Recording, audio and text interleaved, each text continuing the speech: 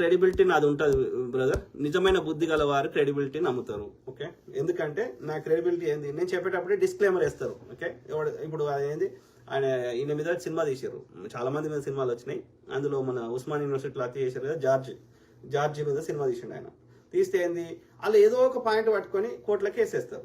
వాళ్ళకి ఇన్ఫర్మేషన్ కరెక్టా అంటే they tried their best to get the information. ఇది మన యొక్క జార్జిని చంపేశారు కదా ఈ ఇల్లు అప్పుడెప్పుడు 70s 80s ఉస్మాన్ యూనివర్సిటీలో. నేను వాళ్ళు ఉండే ఫైనల్ ఇయర్ కిన్నెర హాస్టల్లో. ఓకే, ఆ కిన్నెర హాస్టల్ని చంపేశారట. వాళ్ళు వాళ్ళు ఉన్నోళ్ళు చెప్పింది ఏంటంటే, వాళ్ళు సినిమాలో చూపెట్టినట్టు ఆ సినిమాని ఏంటంటే కొంచెం డ్రామాటిక్ చేస్తారు, కొంచెం హీరోయిజం అట్లా చేస్తారు కదా. సో ఒకటే పోటు గొడిచేస్తే చచ్చిపోయింది అని చెప్పారు. వాడు లల్లని టాపు గిల్లని టాపు ఏదో చెప్పారు కదా ఆ మార్వాడి వాళ్ళు. సో అయితే ఇప్పుడు ఆయనకు దొరికిన అంత ఇన్ఫర్మేషన్ కరెక్ట్ అనుకొని ఆయన సినిమా తీసాడు. ఎవరు, ఆయన పేరు ఏదో మర్చిపోయినా, ఆ సినిమా డైరెక్టర్. కానీ అందులో ఏదో ఒక ఫ్యాక్ట్ ఎక్కడో ఆయనకు కరెక్ట్ సోర్స్ దొరకకపోయి ఉంటుంది. ఆ చెప్పిన వాళ్ళు ఈయన ఒక వాళ్ళ వర్షన్ వేరే ఉంటుంటుంది, ఇంకోళ్ళ వర్షన్ వేరే ఉంటుంది. ఎందుకంటే అది చాలా రోజుల కింద అయింది. కరెక్ట్గా ఇన్ఫర్మేషన్ అందరి దగ్గర సేమ్ ఇన్ఫర్మేషన్ లేదు.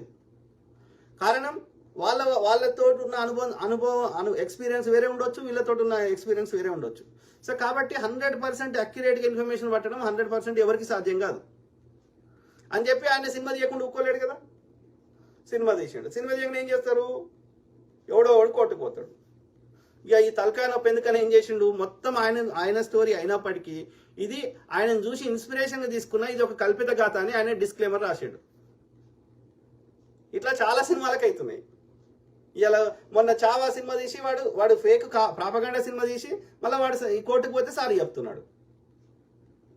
రైట్, కానీ నేను అట్లా చెప్పలే కదా, నేను ముందే డిస్క్లైమర్ చేసిన కదా. నాకు ఒక సోర్స్ నుంచి ఇన్ఫర్మేషన్ వచ్చింది. ఆయన పేరు ఎందుకు బయట పెడతలేనంటే ఆయనకు లైఫ్కు థ్రెట్ ఉంటుందని, అంతే. ఆయన ఎవడన్నా ఆయనతో చంపేస్తారని, అంతకు మించి ఏం లేదు ఆయన పేరు బయట పెట్టకపోవడానికి కారణం. ఓకే, సో ఆల్రెడీ నన్ను అడుగుతున్నారు, ఎవరు నీకు ఇన్ఫర్మేషన్, ఎవరు ఎక్కడ ఉంటాడు ఏంది, ఇండైరెక్ట్ తెలుసుకునే ప్రయత్నం చేసిండ్రు, రకరకాలుగా చేసిండ్రు. లోకేష్ దగ్గర మనిషే నాకు అడిగిండు, ఆర్టీఓలో రకరకాల వాళ్ళు అడిగిర్రు.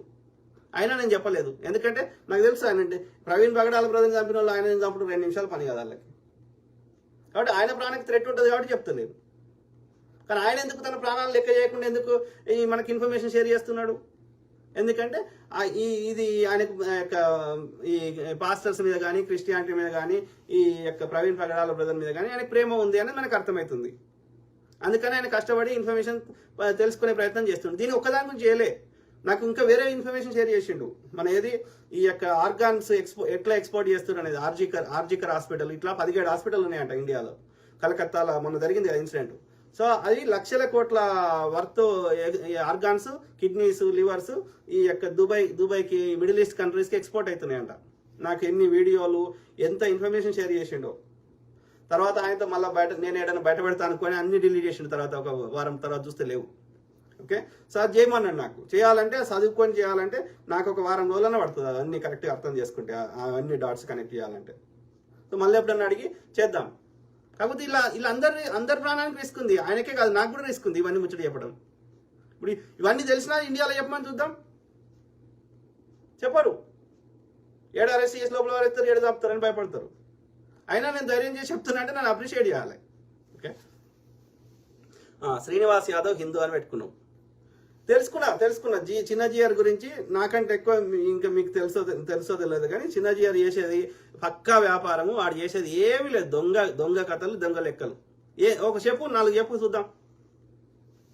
ఏం లేవు, ఒక్కటి కూడా లేవు. దోపిడి. శ్రవణ్ కొట్టం రాజుపూడి అన్న గారు, మీ మాటలు 100% వాస్తవం. నేను కావచ్చు, మనకు తెలియదు. నేనైతే ఒక వీడియో చూసిన. ఇప్పుడు ఒక సిస్టర్ ఏం చేసింది, అట్లా మీరు అంటారు ఐదు అంట ఆమెది. ఐదు అంటే ఏదో ఉంది కదా, సో పేరు చెప్తలేను. ఆమె ఆర్గనైజేషన్ ఐద్వా అని పెట్టుకున్నది. సో అన్న ఏంది ఏఐడిడబ్ల్యూఏ అని పెట్టుకుంది.